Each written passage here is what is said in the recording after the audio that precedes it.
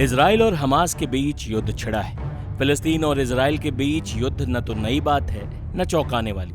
Gaza पट्टी दशकों से संघर्ष की भूमि बनी हुई है। ईरान, पाकिस्तान और कतर जैसे मुस्लिम मुल्क जहां खुलकर फिलिस्तीन के समर्थन में हैं, वहीं अमेरिका, जर्मनी, ब्रिटेन, फ्रांस और इटली जैसे देशों ने खुलकर इजराइल को हर संभव मदद पहुंचाने का वादा किया है। वैश्विक मुद्दे के तौर पर इजराइल और हमास अभी सारी दुनिया में चर्चा में है।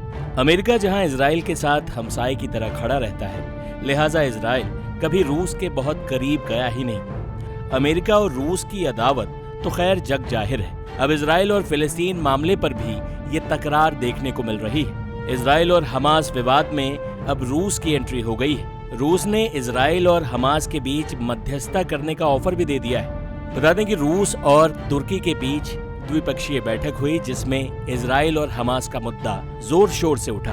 तुर्की के बयान के बाद रशिया का बयान भी हमास मुद्दे पर आ गया है। सबसे पहले रूस ने अमेरिका पर स्वतंत्र फिलिस्तीनी देश की आवश्यकता की अनदेखी करने का आरोप लगाया है। रूस की तरफ से जारी बयान में कहा गया है कि क्रेमलिन इस बात को लेकर बेहद चिंतित है कि इस युद्ध से पश्चिमी एशिया में तनाव और भड़क सकता है।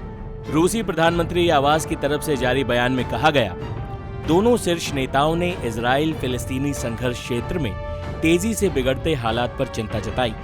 हिंसा में निरंतर वृद्धि और नागरिक हताहतों की संख्या लगातार बढ़ती जा रही है। दोनों नेताओं ने इस युद्ध के विराम के लिए विकल्पों पर भी चर्चा की। दोनों नेताओं ने तत्काल युद्ध विराम और बातचीत प्रक्रिया को फिर से शुरू करने की आवश्यकता दोहराई।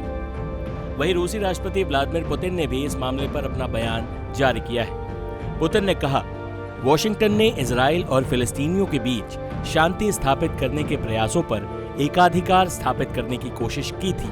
अमेरिका ने दोनों पक्षों के बीच समझौते की तलाश करने की जहमत तक नहीं उठाई। संघर्ष के समाधान को खोजने के बजाय अपने स्वयं के विचारों को तवज्जो दी। अमेरिका ने फिलिस्तीनियों के हितों की अनदेखी की थी, जिसमें उनके अपने स्वतंत्र राज्य की आवश्यकता भी शामिल थी। रूस और यूक्रेन युद्ध के दौरान जिस तरह से पश्चिमी देश लगातार रूस पर हमलावर थे, अब पुतिन को भी मौका मिल गया है अमेरिका पर हमला करने का।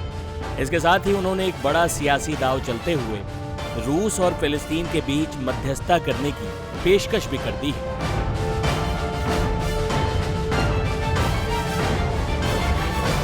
टाइम्स नाउ नव भारत डिजिटल की रिपोर्ट।